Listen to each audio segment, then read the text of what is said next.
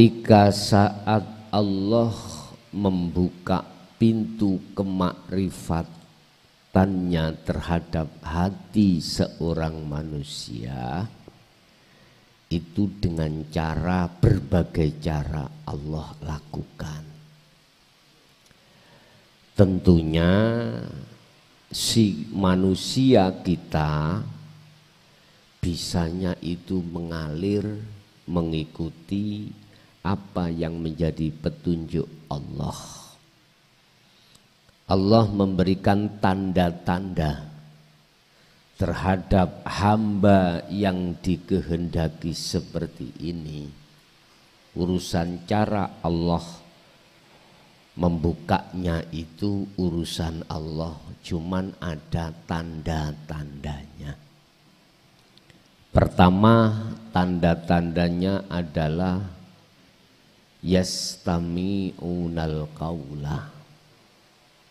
Kalau bahasa Nabi Adam, bisanya kembali kepada Allah, negeri asalnya adalah beliau itu menerima kalimat, artinya menerima wahyu Allah yang isinya untuk lekas kembali padanya. Tanda pertama adalah ketika kita itu mendengar apa petunjuk yang disampaikan oleh Allah lewat Kanjeng Nabi. Yastami'unal qaula, hati kita bisa terima. Apa yang kita dengarkan itu sebuah ilmu, sistem. Inilah petunjuk pertama di situ. Ketika Rasulullah menyampaikan dinut tauhid, khusus tentang rohaniyah, kita sebagai umat itu menerima di hati. Gak langsung menolak, diterima. Ketika mendengarkan lewat telinga, hati berbicara, mengangan-angan dari apa yang bersifatkan petunjuk ilmu. Dari situlah di dalam hati jenengan ada satu kesadaran. Contoh-contoh. Dikatakan walillahil masyriqu wal maghrib. Semua makhluk mulai jagat timur sampai jagat barat itu yang menciptakan, yang memiliki, yang menguasai segala hal apapun di situ adalah Allah. Loh, hati kita ada rasa keyakinan itu benar. Akhirnya faham. Bentuk kefahaman jenengan, hati sudah melepaskan kalau diri ini tidak apa-apanya, bukan apa-apa. Artinya bukan diri ini yang bisa melakukan segala hal aspek apapun, tetapi Allah. Itu berarti bentuk kefahaman. Inilah yang dimaksud ilmu. Jikalau di dalam hati panjenengan ini ada tanda-tanda itu, inilah salah satu hamba yang dikehendaki, yang Allah akan membuka pintu makrifatnya. Satu. Nomor dua adalah amal. Ketika jenengan ini sudah mendapatkan sinyal dari Allah bahwasanya ilmu itu tidak hanya sekedar difahami, tetapi wajib untuk dilaksanakan, dibuktikan. Pembuktian kita lewat khalwat dengan sistem zikir pada Allah. Ini pasti Pak akan terjadi terhadap diri jenengan dengan istiqomah. Maka inilah tanda-tanda kalau Allah itu akan membuka hamba yang dikehendaki tentang masalah kemakrifatan pada Allah. Bukan karena amaliyah Allah membuka itu, karena kehendak Allah sendiri. Bukan amaliyah sedikit dan banyaknya yang timbul dan muncul pada diri kita, enggak. Semua atas kehendak Allah sendiri. Lah yang menjadi pertanyaannya adalah mengapa Allah itu kok menghendaki satu hamba untuk membuka pintu makrifatnya, dan mengapa Allah satu sisi kok gak membuka satu hamba? Mana letak sifat adilnya Allah? Padahal kita sama-sama hamba Allah. Jawabannya sederhana Pak. Hamba yang pertama yang dikehendaki adalah sami'na wa ata'na. Artinya dia itu betul-betul menyembahnya pada Allah, betul-betul. Tidak sekedar secara jasmani, tapi ruhani, betul-betul.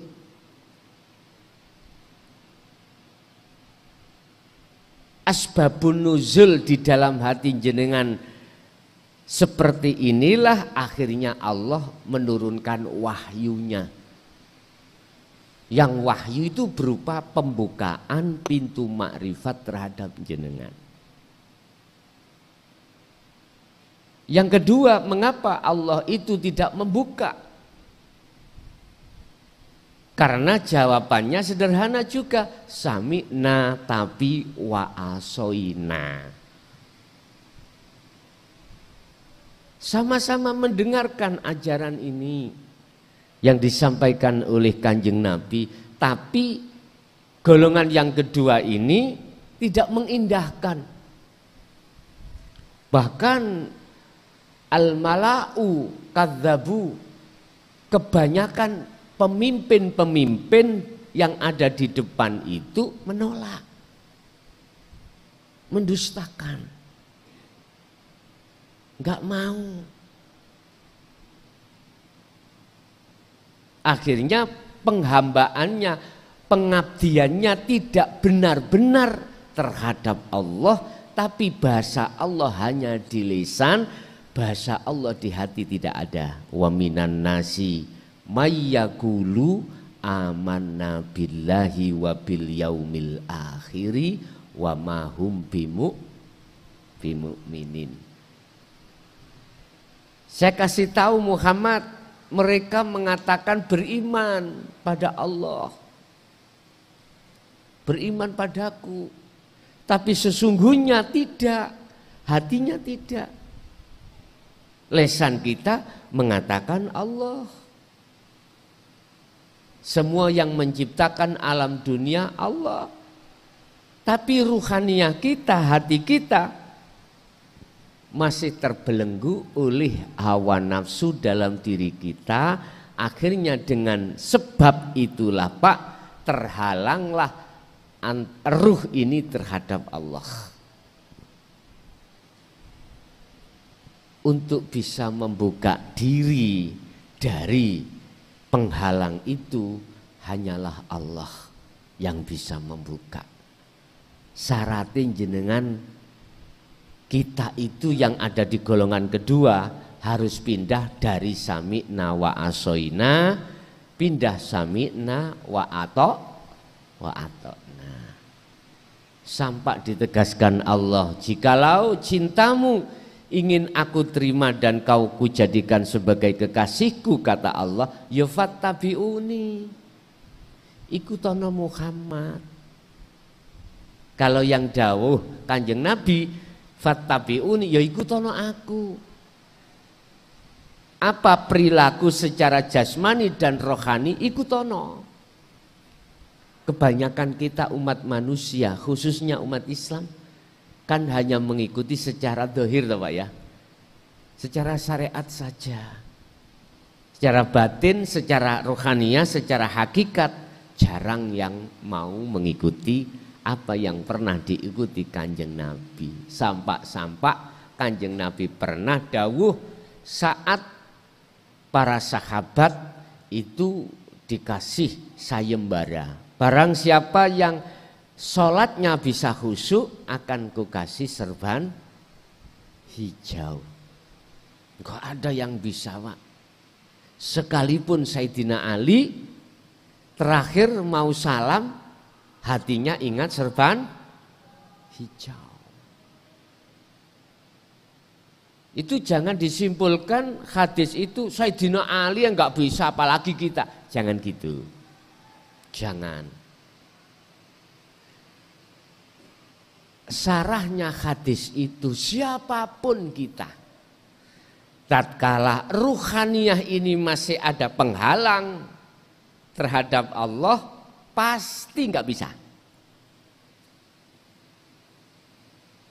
Terus kalau kita sebagai umat Kanjeng Nabi nggak bisa sama sekali, terus bagaimana Allah kasih petunjuk di dalam surat Al-Baqarah tentang sholat yang khusyuk itu? Ayo, khafidu ala sholawah wassolatil wusta wa qumu lillahi qanitin. Ini cara untuk bisa bertemu Allah di dalam waktu sholat sehingga sholatnya bisa dikatakan khusyuk. Setelah ayat ini turun, disusul ayat yang mengatakan qad aflahal mu'minuna alladzina hum fi sholatihim khashi'un. Al-mu'minun, sungguh bahagia, damai, beruntung bagi orang-orang yang imannya sudah ihsan, bagi orang-orang mukmin yang ketika sholat dalam keadaan khusyuk. Lah ini, jadi jangan sampai hadis itu jenengan simpulkan wong Sayyidina Ali enggak bisa, lah wong kita itu jauh hubungan angkatan ya. Jangan begitu, Sayyidina Ali juga makhluk, jenengan juga makhluk. Bahkan Rasulullah berikrar innama ana basarum mithlukum. Aku iki sama dengan kamu, sama makhluknya. Maksudnya apa? Statusnya makhluk la haula wala quwata illa billah. Akhirnya ketika golongan satu sudah menerima dan mengamalkan perilaku ruhaniyah baik, itulah menyadari tentang la haula wala quwata illa billah. Oh iya, saya makhluk itu enggak bisa apa-apa, enggak punya daya upaya apapun, bisa melihat, mendengar, berucap, bergerak, bekerja, enggak punya. Wala quwata, dan kekuatan untuk di situ enggak ada. Lah terus kok bisa melihat, bisa mendengar? Ketahuilah itu semuanya illa billah. Datangnya dari Allah, bukan dari kita. Lah inilah mereka hamba yang dikehendaki. Justru ketika saat Allah tidak menghendaki hamba yang menolak tadi, menunjukkan sifat adilnya Allah. Bukan Allah itu pilih kasih. Atau apa pilih kasih itu? Hah? Enggak adil gitu loh. Bukan berarti itu enggak adil, justru ada dua wajah ini justru menunjukkan sifat adilnya Allah. Siapa yang makan, laparnya hilang. Siapa yang tidak makan, laparnya tidak hilang. Loh, sifat adilnya Allah di situ. Bon, Bapak Ibu hadirin jamaah rahimakumullah, berkenaan dengan Allah membuka pintu kemakrifatan terhadap hambanya. Khusus makola ini Allah menjelaskan, qala musonnifu rahimahullah, idza fatahat tatkalane buka sapa Allah laka maring sira, buka wijhatan ing wajah roh sira, minat ta'arufi saking masalah makrifat pada Allah.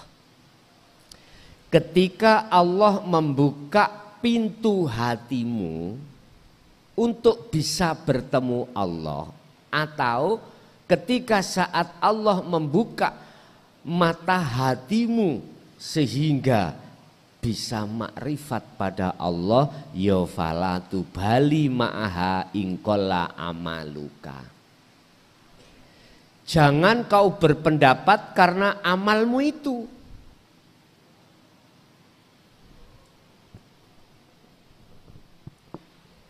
Pun harus dipahami tentang amal.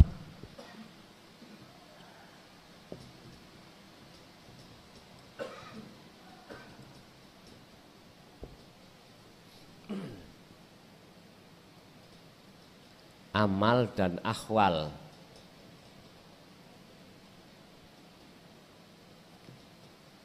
Jasad, ruh atau kolbun.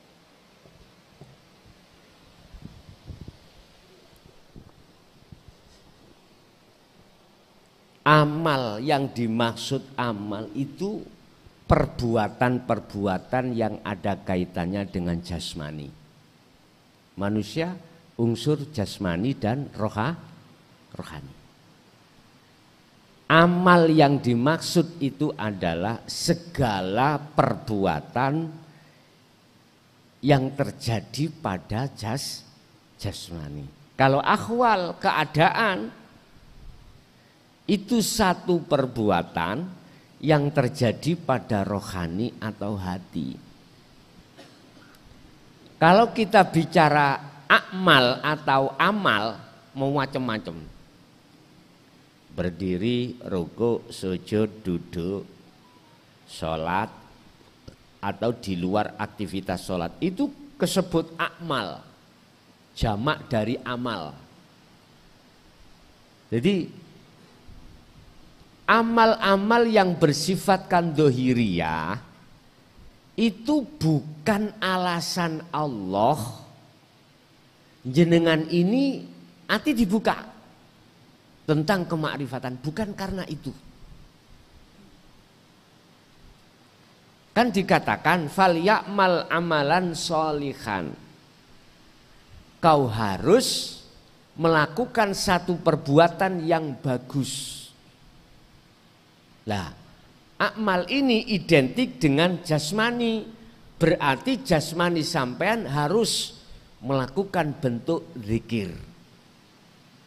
Amal yang bagus di mata Allah loh ya, itu tergantung akhwal jenengan, tergantung keadaan hati jenengan itu bagaimana. Keadaan hati manusia itu cuma ada dua, Pak. Entah wong Islam atau ghairul Islam. Selain orang Islam atau orang Islam, keadaan hati itu cuma ada dua. Pertama, mingkol bin zahidin, hati yang condong mengakukan semua, meyakini semua apapun yang terjadi itu semata-mata datangnya dari Allah.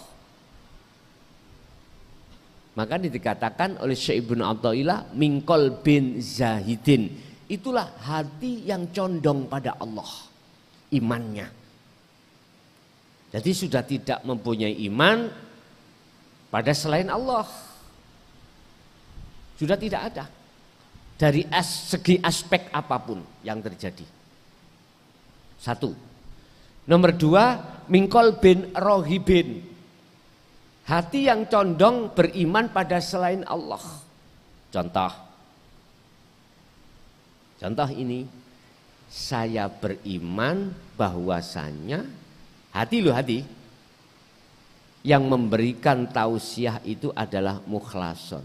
Padahal mukhlason itu makhluk. Lah ini rohibin itu condonge ati terhadap makhluk tentang iman.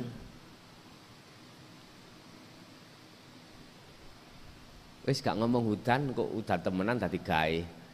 Lainnya aja. Kita haus terus minum air. Ya. Hilanglah rasa haus. Hati kita beriman, hilangnya haus itu karena air. Padahal air itu makhluk. Lah iya dah. Mukhlason ya makhluk, air ya makhluk. Rasulullah Muhammad ibnu Abdillah juga makhluk. Manakala iman kita jatuhnya pada makhluk, maka kita ada di golongan kedua. Ini keadaan ruhaniyah. Padahal Al-Maidah ayat 76 Allah katakan bahwasanya semua makhluk apapun dan siapapun, berarti nek apapun itu tanpa bernyawa. Nek siapapun berarti bernyawa. Bahasa syariat. Itu tidak akan pernah bisa memberikan darau wala naf'an. Mendatangkan mudorot bahaya ataupun memberikan satu manfaat. Ini jangan dipandang syariat dari sisi syariat. Sampai pandang dari sisi hakikat baru sambung ayat ini nanti. Nek sampean lihat dari sisi syariat, wong nyatanya haus saya hilang itu karena air. Lho gak sambung toh. Wong saya bisa paham ilmu kepada Allah, petunjuk dari mukhlason kok. Lho, gak sambung, Pak, dengan ayat ini. Padahal di dalam Al-Qur'an yang kami ketahui tentang bahwasanya masalah makhluk itu tidak bisa apa-apa itu ada 12 ayat. Salah satunya surat Al-Maidah ayat 76 tadi. Maka di cross check. Betul dah. Loh, nek sampean melihat sisi kacamata hakikat ruhaniyah, sambung ayat itu. Karena apa? Jikalau tidak ada Allah hidup yang melimputi air, maka air itu tidak sedikit pun bisa memberikan manfaat berupa menghilangkan rasa haus. Lah, yang benar bagaimana? Gini loh, Allah bertajali pada air. Ala innahu bikulli syai'im muhit. Ingatlah, sesungguhnya Allah itu melimputi air ini. Bikulli syai' berarti setiap apapun Allah melimputi. Kok umpama Allah di dunia ini bisa jenengan lihat dengan ainul basariyah ini, Pak, nggak ada orang berangkat kerja. Ibadah terus. Lokalisasi lokasi tutup, semua tutup. Memang basariyah dihadapkan itu sebagai pengujian kok. Betulkah ruhaniyah kita itu wa ma umiru illa liya'budullaha mukhlishina lahuddin atau tidak? Sifat basariyah dihadapkan pada diri kita, setiap diri makhluk manusia, terus bertengger nafsu-nafsia dan amarah semata-mata untuk menguji kita apakah betul ruhaniyah kita terus illa liya'budun, menyembah pada Allah. Makanya saya katakan, andai kata sifat basariyah Anda ini ditutup atau dibuangkan oleh Allah, aku yakin nggak ada orang itu terus berbuat kejelekan enggak ada. Isinya dia mengalah. Ada orang minta dikasihkan semuanya. Walaupun dia itu lapar. Udah, dia hanya menyembah pada Allah. Udah, ini akan terjadi bagi Anda yang difutuhkan Allah. Apa? Dibuka mata hati jenengan dalam rangka pengenalan pertemuan terhadap Allah. Kembali kepada Allah membuka itu. Jadi Allah membuka pintu hati sampean masuk dalam kemakrifatan Allah itu bukan karena amaliyah yang kita lakukan. Bukan. Itu semuanya karena irodah kehendak Allah sendiri untuk mengenalkan dirinya pada si makhluk. Lewat apa? Macam-macam. Allah menyapa kita lewat angin yang ditimbulkan oleh kipas. Itu Allah menyapa. Allah menyapa jenengan lewat sakit. Allah menyapa jenengan lewat miskin, lewat kaya, lewat apapun Allah menyapa. Hanya bagi hati hamba yang memegang kunci untuk bisa masuk di alam akhirat di dalam angin tadi lah yang bisa bertemu Allah di situ. Makanya sering saya sampaikan di setiap konten apapun yang namanya adzikru bisiril asrar mesti tak sampaikan di situ berulang-ulang kali. Bahkan setiap konten saya tidak lepas dari sirul asrar. Karena itulah sebagai kunci hati kamu bisa masuk ke alam akhirat ruhaniyah ini. Kita lihat fungsinya sirul asrar bagaimana sih? Pertama, merasakan, mengimani bahwasannya sang penggerak, sang yang berperan hanyalah ini, Allah ini. Kedua, nanti keakuan diri jenengan akan dihilangkan Allah yang berzikir, yang beramal dan lain sebagainya. Setelah itu dihilangkan, maka yang kedua adalah ainul basyirah, bertemu. Loh, ketika dibukakan pintu makrifat ini loh, bukan karena amaliyah kita. Sedikit enggak.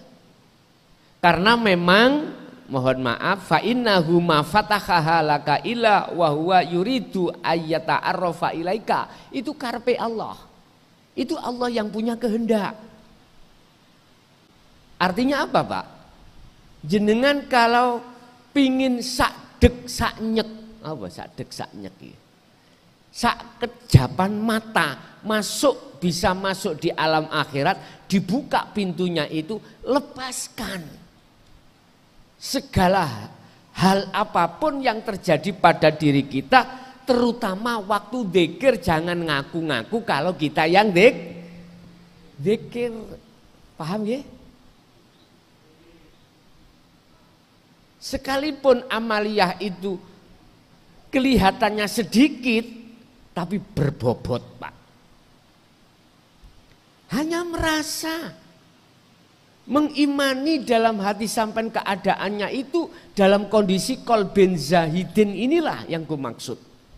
Hati selalu condong menyang Allahnya, maka disinilah sak kejap.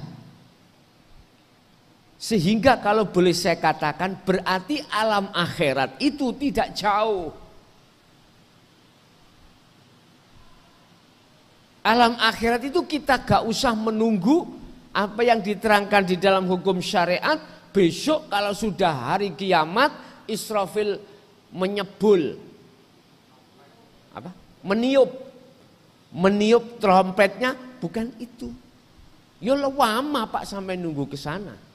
Sekarang Masuklah hatimu di dalam angin itu. Sebab di dalam angin itu ada wujudnya Allah. Cara untuk bisa masuk di situ berarti tidak lepas dari sirul asrar tadi. Sebab aku Allah tidak akan menerimamu cintamu selama di dalam hatimu ada masih selain aku ada. Lepaskan cintamu. Kalau kau mau melepaskan, lah ini seakan-akan hamba seperti yang melepaskan, Pak ya. Tapi sebetulnya itu yang melepaskan adalah Allah. Yuhibbukumullah wa yaghfir lakum dzunubakum. Kalau itu sudah terlepas, yuhibbukumullah, cintamu akan diterima Allah. Makanya bicara kholwat itu tidak seperti dulu, Pak. Dulu para kekasih Allah, kesimpulan kholwat itu harus tinggalkan secara fisik, istri, anak, pekerjaan, apa urusan duniawi itu ditinggalkan secara dohiriyah. Supaya ruhaniyah itu mulus, tidak tercampur. Sekarang enggak harus seperti itu. Alasannya apa? Karena Allah tidak hanya ada di tempat sepi, Allah juga di tengah pasar. Iya, di tengah jenengan kerja. Kalau enggak ada Allah, apa bisa terjadi itu?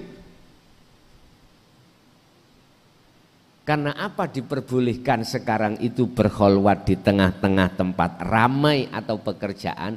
Karena ini sudah zamannya ilmu ini wajib digelar secara umum. Bisa, itu jawabannya. Kalau dulu jangankan di umum, Pak, di tempat khusus aja masih ada jarak antara mursyid dengan murid, antara kiai dengan santri. Akhirnya kalimah dawuh-dawuh yang disampaikan itu masih memakai berbau isyarah. Akhirnya kita sebagai murid ndase ngeluh. Paham? Enggak. Ya kalau boleh tanya, Pak, enggak boleh tanya. Wong saya sendiri pernah kok dipisui Mbah Khozin Pondok Ringin Agung. Gara-gara saya tanya, wujudnya Allah itu bagaimana, Mbah? Langsung dipisui fasih kayak arek Surabaya. Kiai ku, Pak, itu. Mungkin ada yang kenal Mbah Khozin Pondok Ringin Agung Kediri.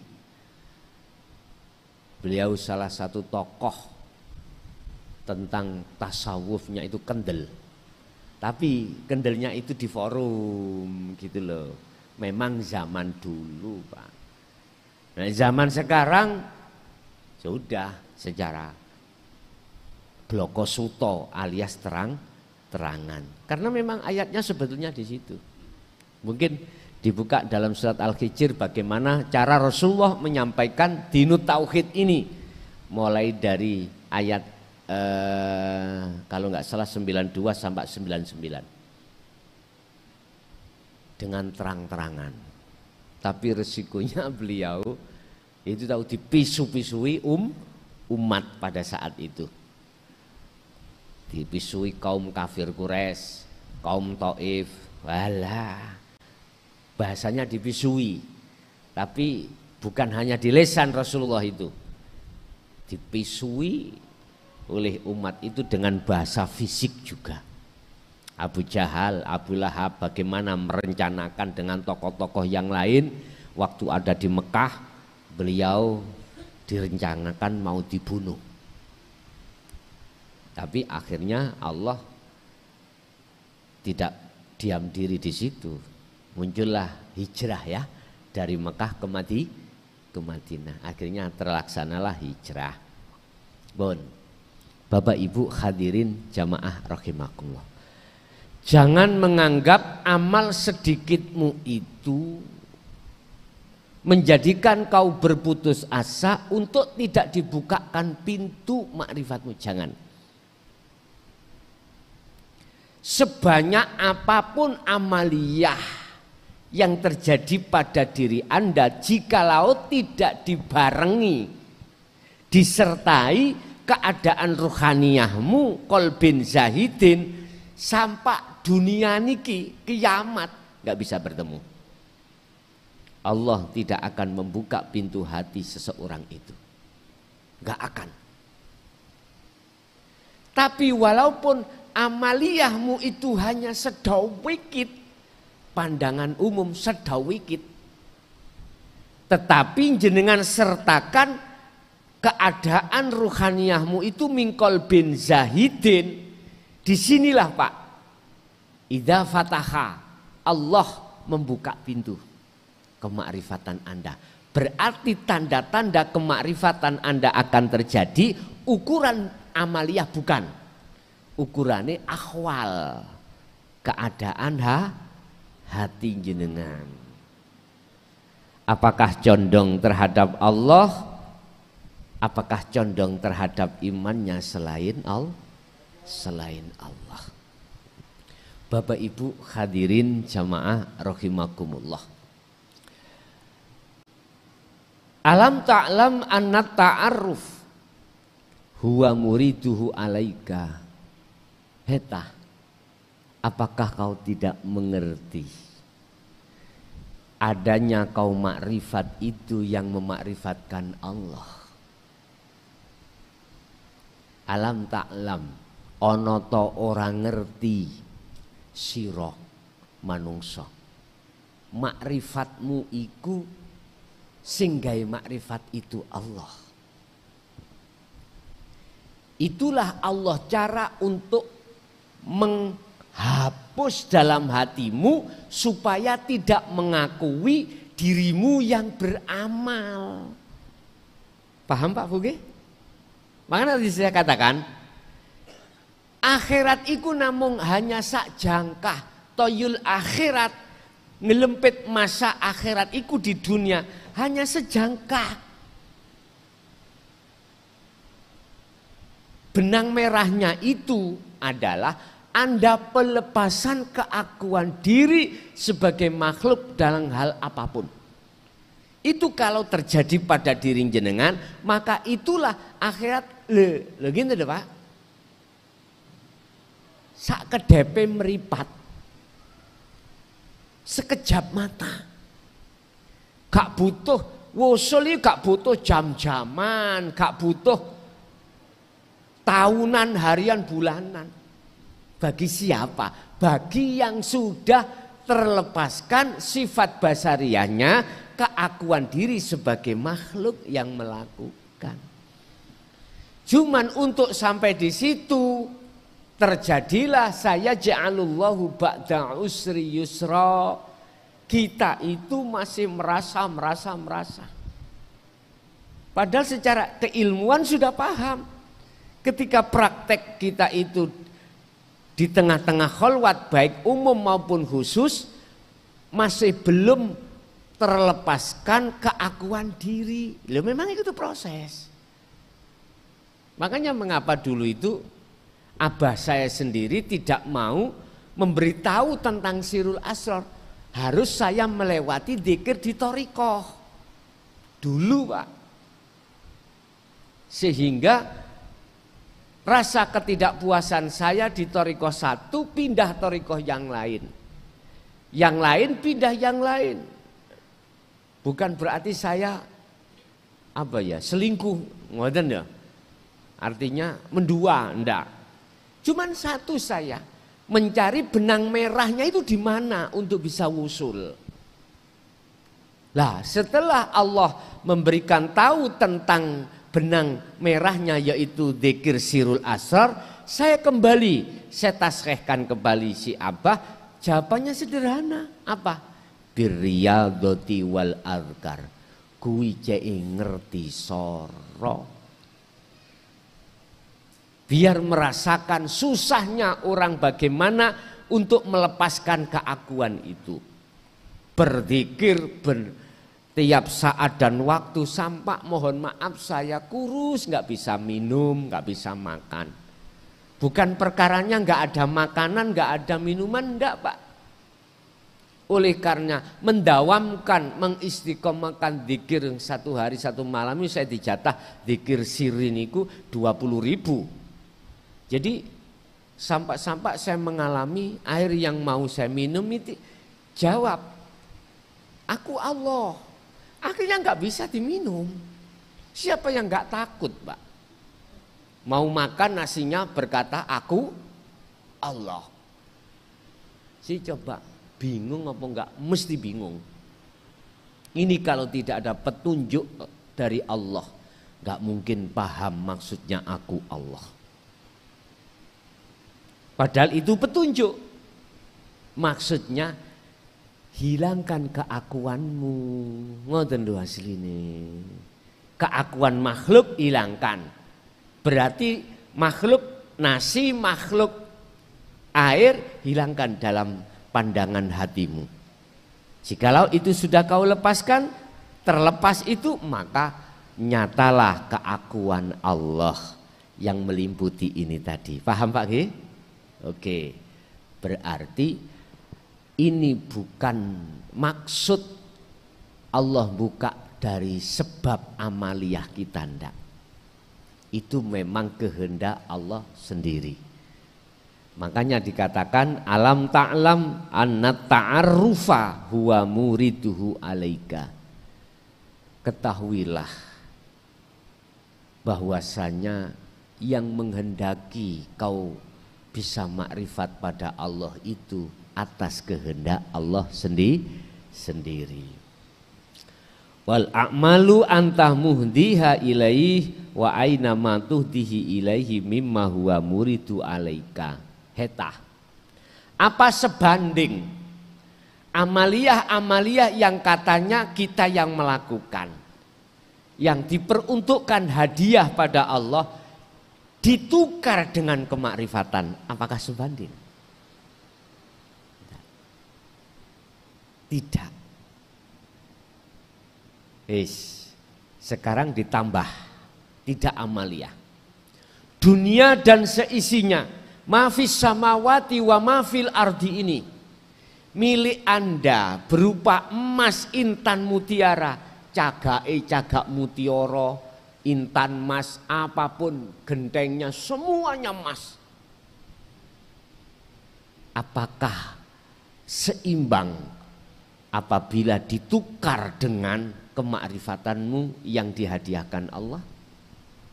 Kok kamu bilang karena sebab amalku Allah, karena sebab amaliyahku Allah itu membuka hatiku? Enggak sebanding, Pak. Mengapa tidak sebanding? Ingat, ad-dunya mata'ul ghurur wal akhiratu khairu wa abqa. Walaupun duniawiyah, amaliyah yang dipandang manusia itu bagus, itu dunia mas dunia saisine wek sampai dewi atau milik Anda sendiri, lama-lama habis mboten? Habis. Udah, kalau tidak habis, umur Anda berapa? Minta 100 tahun. Oke, kurang ditambah 100 lagi menjadi 200 tahun. Oke, minta lagi, enggak mau mati 1000 tahun. Dikasih umur 1000. Nek dibanding wal akhiratu khairu wa abqa, kemakrifatan yang kekal abadi, tidak ada batasnya. Ayo, 1000 tahun sudah terlaksana, hilanglah semua apa yang tadinya kita banggakan. Dunia dan seisinya tadi, intan mutiara emas berlian milik kita, akhirnya juga pisah. Kita tinggalkan, tinggal satu, kehidupan akhiratmu bagaimana. Makanya di sini Syekh Ibnu Athaillah memberikan keterangan wa aina ma tahdihi ilaihi mimma huwa muridu alaika. Itu sebanding. Kemakrifatan yang diberikan terhadapmu dengan hadiah yang kau berikan pada Allah berupa amaliyah. Lah kok kamu itu ngomong-ngomong sebab saya tekun olehnya zikir, tekun oleh beramaliyah. Enggak sebanding, Pak. Inilah maksud ketika jenengan iki berkholwat, inilah maksud ketika jenengan ini melakukan zikir sirul asrar, lekas lepasan rasa keakuan kita yang wis, itu kuncinya. Jenengan yang katanya kok gak dol-dol saya, kok gak wusul-wusul, ini kuncinya yang terakhir yang paling halus. Perkara yang membelenggu ruhaniyah, menghalangi ruhaniyah pada Allah, ya ini rasa keakuan diri sebagai makhluk yang melakukan. Anda tahu caranya, maka disitulah maksudnya sebetulnya Allah yang melepaskan dirimu dari belenggu keakuan diri. Bapak Ibu hadirin jamaah rahimakumullah, kesimpulan ya. Oke, kita sudah menerima ajaran Rasulullah. Oke, langkah berikutnya kita adalah menjaga kholwat lewat zikir kita. Di setiap saat dan waktu, tidak mengenal tempat dan waktu. Zikir tersebut faqadistam sakabil urwatil wuthqa lam fisomalaha, pegang teguh dengan semampu jenengan. Urusan jenengan dibuka hati sampean dalam kemakrifatan, kuncinya sepanjang mana Anda tidak melepaskan keakuan diri Anda. Berarti langkah terakhir Anda harus melepaskan keakuan diri. Baik diri yang berkenaan dengan makhluk dirinya atau makhluk yang lainnya. Contoh, kita dapat ISIS, Pak. Tahu ISIS nggih? Nah, karena angin, lepasan angin itu. Itu kan makhluk di luar diri kita toh. Lepasan angin itu. Otomatis Anda melepas, ini yang melepas Allah dikarenakan sebab musabab jenengan itu membawa kunci sirul asrar tadi. Ini makhluk yang berkenaan dengan selain Anda. Kan ada dua. Pelepasan diri pertama diri sendiri, pelepasan diri makhluk terhadap pelepasan diri makhluk yang berkenaan dengan selain jenengan. Masalahnya kita di dunia ini menghadapi berbagai problem, Pak. Coba kita kerjanya kita jualan, pasti di situ ada orang lain sebagai pembeli, lah gitu toh. Oke, jenengan ini wajib disuruh melepaskan keakuan diri dan keakuan diri makhluk dirinya dan keakuan diri makhluk yang lainnya itu. Coba kalau di sini Anda duduk di situ, masuk di titik itu, itulah benang merah yang harus jenengan tarik. Mesti Allah membuka. Mesti hati sampan bertemu Allah. Amal arif la yarawna li anfusihim syai'an, tanda-tanda nanti bertemu Allah. Dalam diri jenengan sudah tidak ada rasa keakuan makhluk yang segala-galanya. Dua, yusyahiduna annal fa'il huwallahu ta'ala, yang menjadi isim fa'il subjek hanyalah Allah. Itu di dalam dada jenengan. Udah, ini tanda. Nah, siapa yang sudah masuk di titik itu, maka tatmainul qulub, menerima hatimu keadaan jenjem, keadaan damai, nikmat. Coba nek susah, sulit sampai lakukan di tengah-tengah kerja itu, lakukan, latihlah di dalam waktu sholat. Latihlah di dalam waktu ketika jenengan bersendiri, duduk di bangku sendiri, keadaan berbaring. Sebab sesungguhnya Kanjeng Nabi dan pengikut Kanjeng Nabi itu Allah katakan alladzina yadhkurunallaha qiyaman wa qu'udan wa ala junubihim. Beliau selalu tidak hanya ketika saat berdiri, ketika saat dia duduk, ketika saat dia berbaring, selalu rohaniyahnya itu berzikir pada Allah. Berzikir itu maksudnya nafi isbat, pelepasan keakuan diri sebagai makhluk dan akhirnya muncul keakuannya Allah. Itu yang perlu kami sampaikan pada kesempatan malam hari ini.